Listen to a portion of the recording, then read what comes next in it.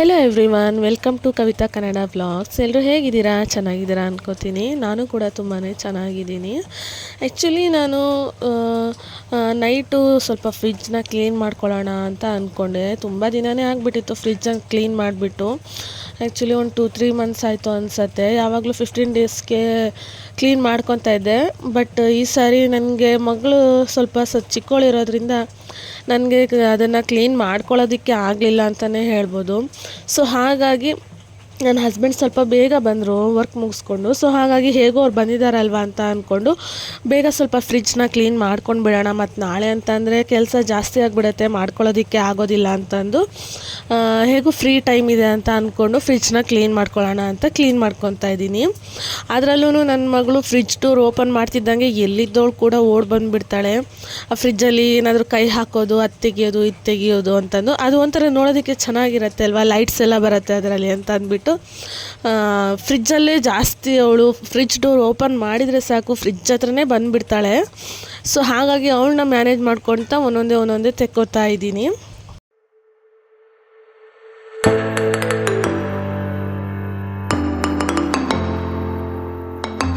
ಅದರಲ್ಲೂ ಏನೋ ಚೆಲ್ಲಿದೆ ಅನಿಸುತ್ತೆ. ನನ್ನ ಹಸ್ಬೆಂಡ್ ಕೂಡ ಸ್ವಲ್ಪ ಏನಾದರೂ ಇಡುವಾಗ ತೆಕ್ಕೊಳ್ಳುವಾಗ ಏನೋ ಚೆಲ್ಲಿದೆ ಅನಿಸುತ್ತೆ. ಸ್ವಲ್ಪ ಅಲ್ಲಲ್ಲೇ ಎಲ್ಲ ಬಿದ್ದುಬಿಟ್ಟು ಒಂಥರ ಹೇಗಾಗಿತ್ತು ಅಂದರೆ ಅದು ಎಷ್ಟೇ ಕ್ಲೀನ್ ಮಾಡಿದರೂ ಹೋಗೋದೇ ಇಲ್ವೇನೋ ಅನ್ನೋ ಥರ ಆಗಿಬಿಟ್ಟಿತ್ತು. ಹಾಗೆ ಈಗ ಮಳೆಗಾಲ ಅಲ್ವಾ, ಸೊ ಹಾಗಾಗಿ ಒಳಗಡೆ ಎಲ್ಲ ಮಂಜು ಕಟ್ಕೊಂಡಿತ್ತು, ಅಂದರೆ ಐಸ್ ಕಟ್ಕೊಂಡಿತ್ತು. ನನ್ನ ಮಗಳಿಗೆ ಐಸ್ ಅಂದರೆ ತುಂಬ ಇಷ್ಟ, ಅದರಲ್ಲಿ ಆಟ ಆಡೋಕ್ಕೆ ಅಂತಂದು. ಸೊ ಹಾಗಾಗಿ ಅದನ್ನ ತೆಗೆದ್ಬಿಟ್ಟು ಅವಳನ್ನ ಕರೆದು ಕೊಡ್ತಾ ಇದ್ದೆ. ಆ ಥರ ಐಸಲ್ಲಿ ಆಡೋದು ಅಂದರೆ ತುಂಬ ಇಷ್ಟ ಅವಳಿಗೆ. ಆದ್ರೂ ಅವಳಿಗೆ ಸ್ವಲ್ಪ ಈಗ ಚಳಿ ಇರೋದ್ರಿಂದ ಸ್ವಲ್ಪನೇ ಕೊಟ್ಟೆ, ಸಾಕು ಇಷ್ಟರಲ್ಲೇ ಆಟ ಆಡ್ಕೊ ಅಂತ ಅಂದ್ಬಿಟ್ಟು.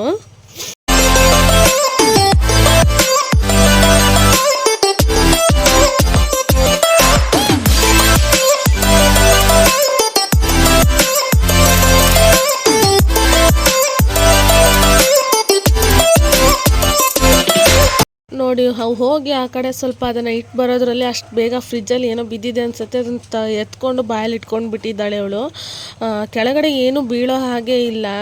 ಅದು ಏನೇ ಇರಲಿ ಅದು ಗೊತ್ತಾಗಲ್ಲ ಅಲ್ವಾ, ಇನ್ನು ಚಿಕ್ಕವಳು. ಸೊ ಹಾಗಾಗಿ ಅದು ಏನಿರುತ್ತೆ ಅದನ್ನು ಎತ್ಕೊಂಡು ಹಾಗೆ ಬಾಯಲ್ಲಿ ಇಟ್ಕೊಂಡು ಬಿಡ್ತಾಳೆ. ಸೊ ಹಾಗಾಗಿ ಅವು ಮನೇಲಿ ಏನೇ ಒಂದು ಬಿದ್ದರೂ ಹುಷಾರಾಗಿ ನೋಡ್ಕೋಬೇಕು. ಇದ್ದರೂ ಕೂಡ ಅದನ್ನು ಕ್ಲೀನ್ ಮಾಡಿಕೊಡ್ಬೇಕು ತಕ್ಷಣಕ್ಕೆ, ಇಲ್ಲಾಂದರೆ ಇವಳು ಈ ಥರ ಮಾಡ್ಕೊಂಡು ಬಿಡ್ತಾಳೆ. ಹಾಗಾಗಿ ಆಲ್ಮೋಸ್ಟ್ ನಾನು ಯಾವಾಗಲೂ ಕ್ಲೀನಲ್ಲೇ ಇಟ್ಕೋತೀನಿ. ಮನೇಲಿ ನೆಲ ಆದ್ರೂ ಅಷ್ಟೇ, ನಾನು ಗಲೀಜಾಗಿ ಇಟ್ಕೊಳ್ಳೋದಕ್ಕೆ ಹೋಗೋದಿಲ್ಲ. ಅವಳು ಏನಾದರೂ ಎತ್ಕೊಂಡು ಬಾಯಲ್ಲಿ ಇಟ್ಕೋತಾಳೆ ಅಂತ ಅಂದ್ಬಿಟ್ಟು ನಾನು ಆಲ್ಮೋಸ್ಟ್ ಕ್ಲೀನ್ ಮಾಡ್ಕೊತಾನೇ ಇರ್ತೀನಿ. ಅದೇ ಮತ್ತೆ ನನ್ನ ಮಗಳು ಬಂದುಬಿಟ್ಟು ನನಗೆ ಇನ್ನೊಂದು ಸ್ವಲ್ಪ ಐಸ್ ಕೊಡು ಮಮ್ಮ ಅಂತ ಕೇಳ್ತಾ ಇದ್ದಾಳೆ. ಸ್ವಲ್ಪ ಮಳೆ ಜಾಸ್ತಿ ಇದ್ದಿದ್ದರಿಂದ ಒಳಗಡೆ ಎಲ್ಲ ಐಸ್ ಕಟ್ಕೊಂಡ್ಬಿಟ್ಟಿತ್ತು. ಸೊ ಹಾಗಾಗಿ ಅದನ್ನ ಎತ್ಕೊಡ್ತಾ ಇದ್ದೀನಿ ಅವಳಿಗೆ. ಪ್ಲೇಟಲ್ಲಿ ಹಾಕ್ಕೊಡು ಮಮ್ಮ ಅಂತ ಕೇಳಿದ್ಲು. ಅದಕ್ಕೆ ಸ್ವಲ್ಪ ಹಾಕ್ಕೊಟ್ಟೆ ಆಟ ಆಡಲಿ ಅಂತ ಅಂದ್ಬಿಟ್ಟು. ಸ್ವಲ್ಪ ರಜೆ ಇತ್ತು ಅವಳಿಗೆ, ಸೊ ಹಾಗಾಗಿ.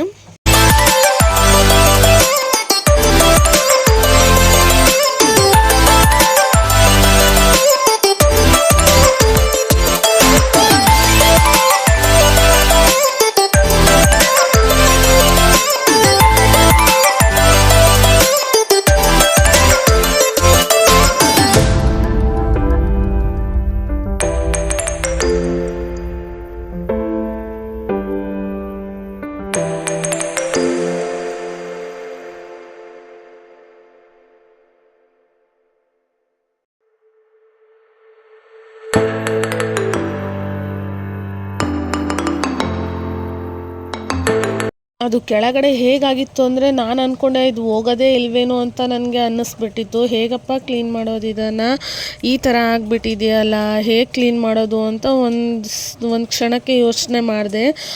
ಆಯಿತು ನೋಡೋಣ, ಟ್ರೈ ಮಾಡೋಣ, ಸ್ವಲ್ಪ ನೀರು ಹಾಕಿಬಿಟ್ಟು ಒರೆಸೋಣ ಅಂತ ಅಂದ್ಬಿಟ್ಟು ಫಸ್ಟು ಒಣದನ್ನೇ ಕ್ಲೀನ್ ಮಾಡಿಕೊಂಡು ಆಮೇಲೆ ಫ್ರಿಜ್ನ ಆಫ್ ಮಾಡಿದ್ರಿಂದ ಸೊ ಒಳಗಡೆ ಏನದು ಮಂಜು ಆಗಿತ್ತಲ್ವ, ಅಂದರೆ ಐಸ್ ಆಗಿತ್ತಲ್ವ, ಸೊ ಅದು ಕರಗಿಬಿಟ್ಟು ನೀರು ಒಂದೊಂದೇ ಹನಿ ಬೀಳ್ತಾ ಇತ್ತು. ಸೊ ಹಾಗಾಗಿ ಅದು ಡ್ರೈ ಆಗಿರೋದೆಲ್ಲ ಸ್ವಲ್ಪ ಒದ್ದೆ ಆಯಿತು. ಆವಾಗ ಅದೆಲ್ಲ ನೀಟಾಗಿ ಬಂತು. ಸೊ ಹಾಗಾಗಿ ಅಷ್ಟೊಂದು ಕಷ್ಟ ಅಂತ ಅನ್ನಿಸ್ಲಿಲ್ಲ.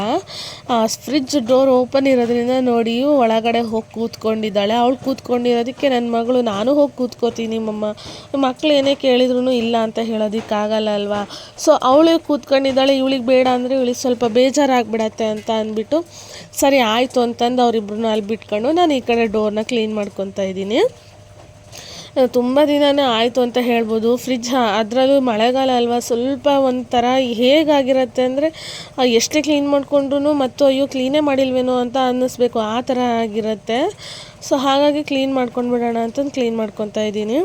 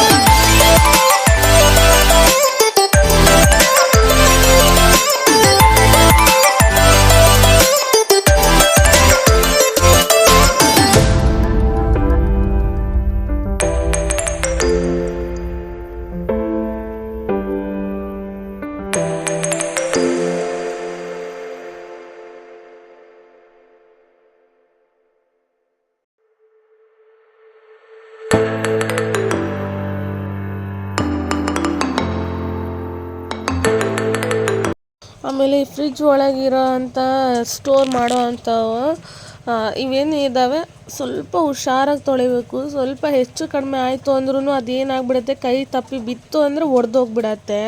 ಆ್ಯಕ್ಚುಲಿ ಈ ಗ್ಲಾಸು ಒಂದು 2-3 ಸರಿ ಅಂತೂ ಕೈಯಿಂದ ಜಾರ್ತು ಅಂದ್ಕೊಂಡೆ ಬಿದ್ದು ಒಡೆದೋಗ್ಬಿಡತ್ತೆ ಇದು ಅಂತ ಅಂದ್ಬಿಟ್ಟು ಅಷ್ಟರಲ್ಲಿ ಸ್ವಲ್ಪ ಗ್ರಿಪ್ ಸಿಕ್ತು ಅಂತಂದು ಇಟ್ಕೊಂಡೆ, ಇಲ್ಲಾಂದರೆ ನಿಜವಾಗ್ಲೂ ಬಿದ್ದು ಒಡೆದೋಗ್ಬಿಡೋದು.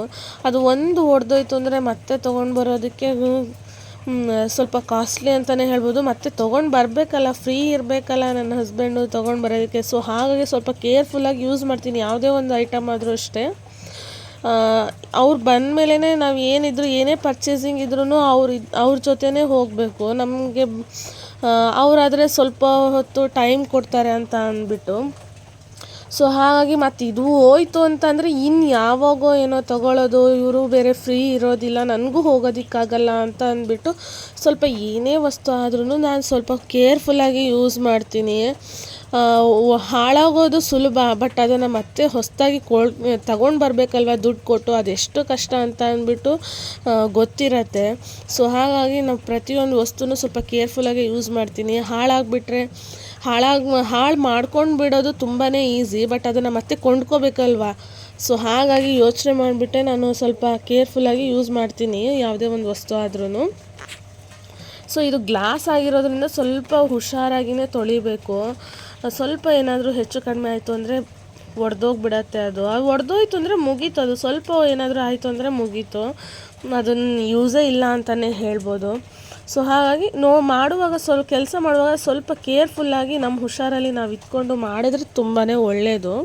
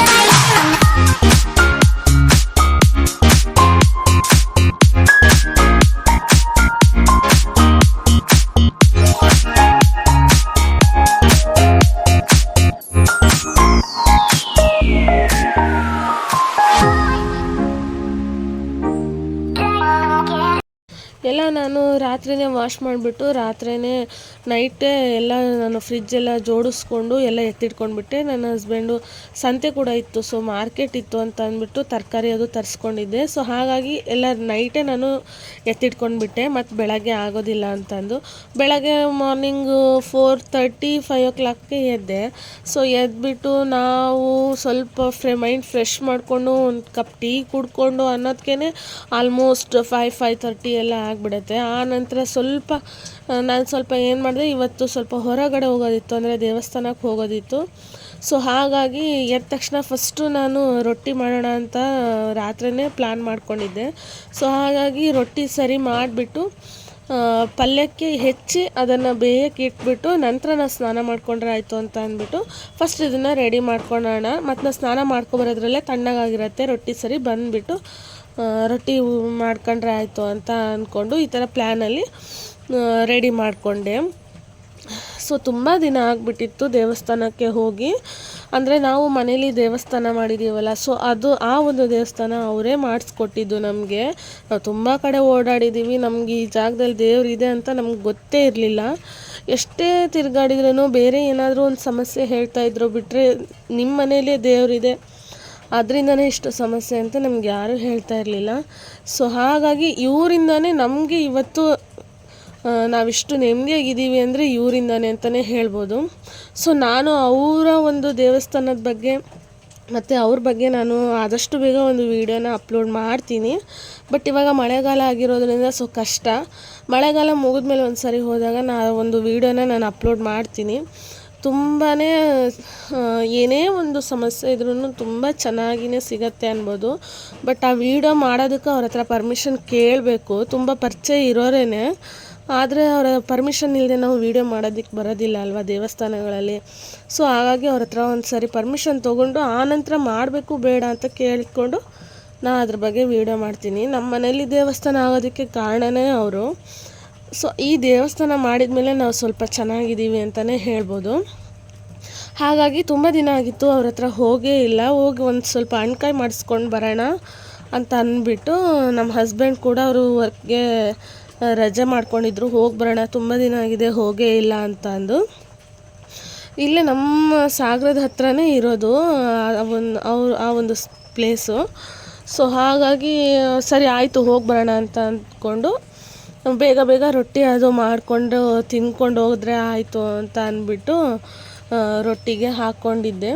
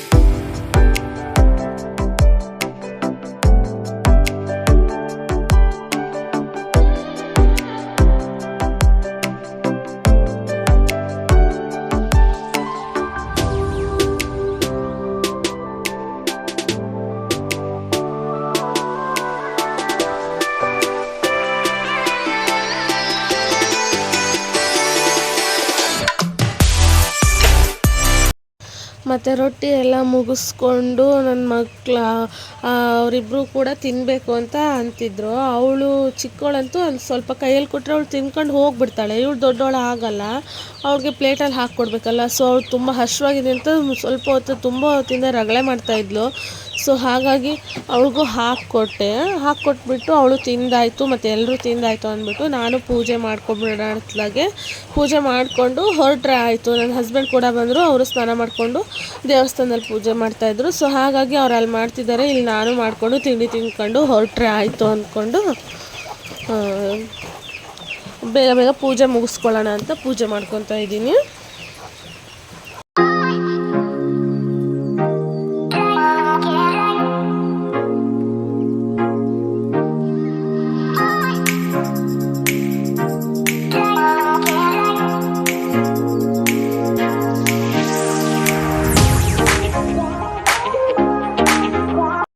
ನಂತರ ಪೂಜೆ ಎಲ್ಲ ಮುಗೀತು. ಹಾಗೆ ಸಾಟರ್ಡೆ ಮತ್ತು ಸಂಡೇ ನನ್ನ ಮಗಳಿಗೆ ಸ್ಕೂಲ್ ರಜೆ ಇರೋದ್ರಿಂದ ಚಿಕ್ಕ ಮಕ್ಕಳಲ್ವ, ಸೊ ಆಟ ಆಡೋದಕ್ಕೆ ಯಾರೂ ಇರೋದಿಲ್ಲ ಇಲ್ಲಿ ನಮ್ಮ ಮನೆ ಹತ್ರ. ಅಲ್ಲಿ ನಮ್ಮ ಅಪ್ಪನ ಮನೆಗೆ ಹೋದರೆ ಅಲ್ಲಾದರೆ ಅಕ್ಕಪಕ್ಕದಲ್ಲಿ ಮಕ್ಕಳಿದ್ದಾರೆ, ಆಟ ಆಡೋದಕ್ಕೆ ಇಷ್ಟ ಆಗತ್ತೆ ಅಂತ ಅಂದ್ಬಿಟ್ಟು ನನ್ನ ಅಕ್ಕನ ಮಗನ ಬರ್ಡೇ ಇತ್ತು ನೆನ್ನೆ ನೈಟು. ಸೊ ನಮಗೆ ನೆನ್ನೆ ಹೋಗೋಕ್ಕಾಗಲಿಲ್ಲ ಅಂತ ಅಂದ್ಬಿಟ್ಟು ಇವತ್ತು ಹೋಗ್ತಾ ಕೇಕ್ ತೊಗೊಂಡು ಹೋದ್ವಿ. ಹಾಗೆ ಅವನಿಗೆ ಬರ್ಡೇ ಸೆಲೆಬ್ರೇಟ್ ಮಾಡಿದರೆ ಆಯಿತು. ನೆನ್ನೆ ಹೋಗೋದಕ್ಕಾಗಲಿಲ್ವಲ್ಲ ಅಂತ ಅಂದ್ಬಿಟ್ಟು ಅವನಿಗೂ ಕೂಡ ಬರ್ಡೇ ವಿಶಸ್ ಮಾಡೋಣ ಅಂತ ಅಂದು ಕೇಕ್ ತೊಗೊಂಡು ಹೋದ್ವಿ.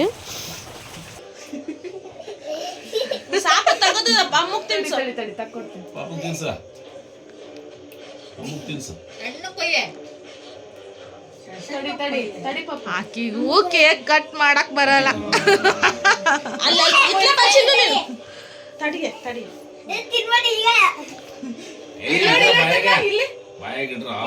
ಇಟ್ಕೊಳ್ರಿ,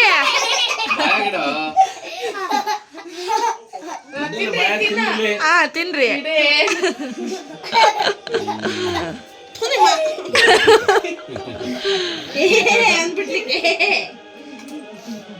ತಿನ್ಸ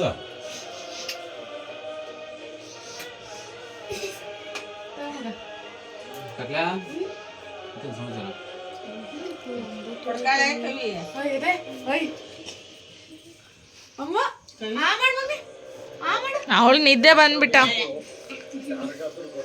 ಬಿಡ. ಅವಳು ಹೊಟ್ಟೆ ಫುಲ್ ಆಗೈತ್ ಬಿಡು.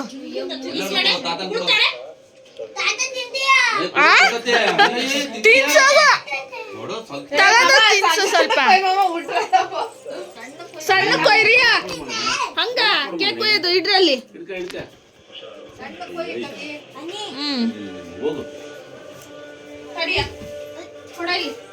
ಚಿನ್ನು ಬಾಯಿಲಿ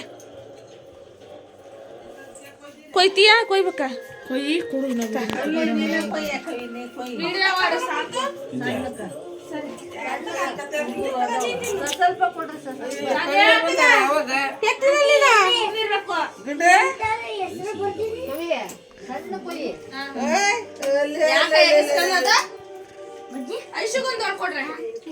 ಇಲ್ಲಿ ನೋಡ್ರಿ ತನ್ಮ ಪಾಪು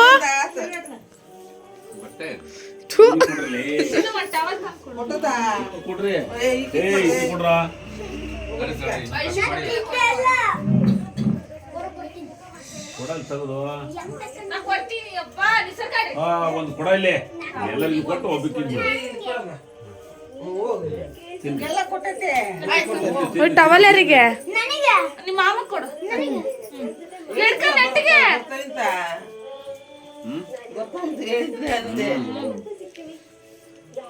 ತಿನ್ಸಾಕ್ ಬಂದ್ಲಕ್ಕಿ.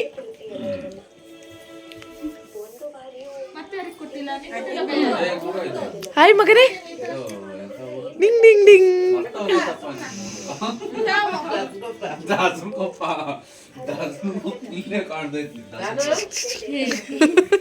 ತಿನ್ನಲ್ಲ ಕಣೇಕಿ. ತಗ ಮಗ.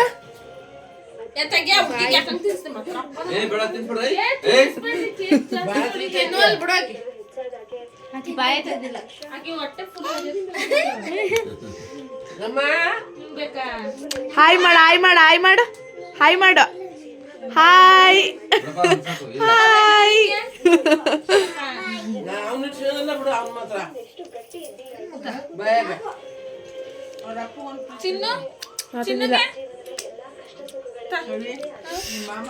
ನನಗೆ ಹತ್ತು ಕೊಡು ಹಣ್ಣು.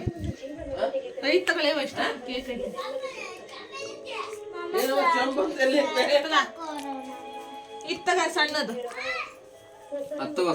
ಸಣ್ಣದು ತಿಂತಿ ಅಂತ ಕೊಟ್ರೆ ನಾನು ಹಣ್ಣನ್ ದಿನ ಆತು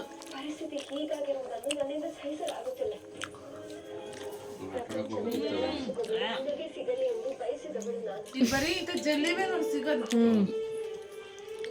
ನನ್ನ ಮಗಳು ಹೋಗ್ತಿದ್ದಂಗೆ ಅಕ್ಕಪಕ್ಕದಲ್ಲಿರೋ ಮಕ್ಕಳೆಲ್ಲ ಬಂದುಬಿಟ್ರು. ಅವಳು ಹೋಗ್ತಿದ್ದಂಗೆ ಅವಳ ಜೊತೆ ಆಟ ಆಡೋದಕ್ಕೆ ಅಂದರೆ ತುಂಬ ಇಷ್ಟ ಮಕ್ಕಳಿಗೆಲ್ಲ. ಅವಳು ಹೋಗ್ತಿದ್ದಂಗೆ ಅಕ್ಕಪಕ್ಕದ ಮಕ್ಕಳೆಲ್ಲ ಬಂದುಬಿಟ್ರು. ಸೆಲೆಬ್ರೇಷನ್ನು ಮುಗೀತು. ನೈಟು ಬೆಳಗ್ಗೆ ಸ್ವಲ್ಪ ತರಲೆ ಶುರು ಮಾಡ್ಕೊಂಡಿದ್ರು, ಅಂದರೆ ಆಟ ಆಡ್ತಾಯಿದ್ರು. ನೋಡಿ ಸ್ವಲ್ಪ ತರಲೆ ಶುರುವಾಗಿತ್ತು. ಇವನು ಏನಾದರೂ ವೀಡಿಯೋ ಮಾಡ್ತಾಯಿದ್ರು ಬಂದ್ಬಿಟ್ಟು ಡಿಸ್ಟರ್ಬ್ ಮಾಡೋದು. ನಮ್ಮ ಅಕ್ಕನ ಮಗ ಇವನು, ಅಂದರೆ ಎರಡನೇ ಅಕ್ಕನ ಮಗ. ಸೊ ನೋಡಿದ್ರಲ್ಲ ಫ್ರೆಂಡ್ಸ್, ನನ್ನ ಇವತ್ತಿನ ಈ ಒಂದು ವ್ಲಾಗ್ ಹೇಗಿತ್ತು ಅಂತ ಅಂದ್ಬಿಟ್ಟು ಪ್ಲೀಸ್ ಕಮೆಂಟ್ ಮೂಲಕ ತಿಳಿಸಿ. ಹಾಗೆ ಈ ಒಂದು ವಿಡಿಯೋಗೆ ಲೈಕ್ ಮಾಡಿ, ಶೇರ್ ಮಾಡಿ. ಮತ್ತು ಇನ್ನೂ ಯಾರೆಲ್ಲ ನನ್ನ ಒಂದು ಚಾನಲ್ಗೆ ಸಬ್ಸ್ಕ್ರೈಬ್ ಆಗಿಲ್ವೋ ದಯವಿಟ್ಟು ಸಬ್ಸ್ಕ್ರೈಬ್ ಮಾಡ್ಕೊಳ್ಳಿ. ಇನ್ನೂ ಇದೇ ಥರ ಹೊಸ ಹೊಸ ವೀಡಿಯೋಗಳನ್ನು ಅಪ್ಲೋಡ್ ಮಾಡ್ತಾ ಇರ್ತೀನಿ. ನೀವು ಕೂಡ ಸಪೋರ್ಟ್ ಮಾಡಿ. Thank you all. Thank you.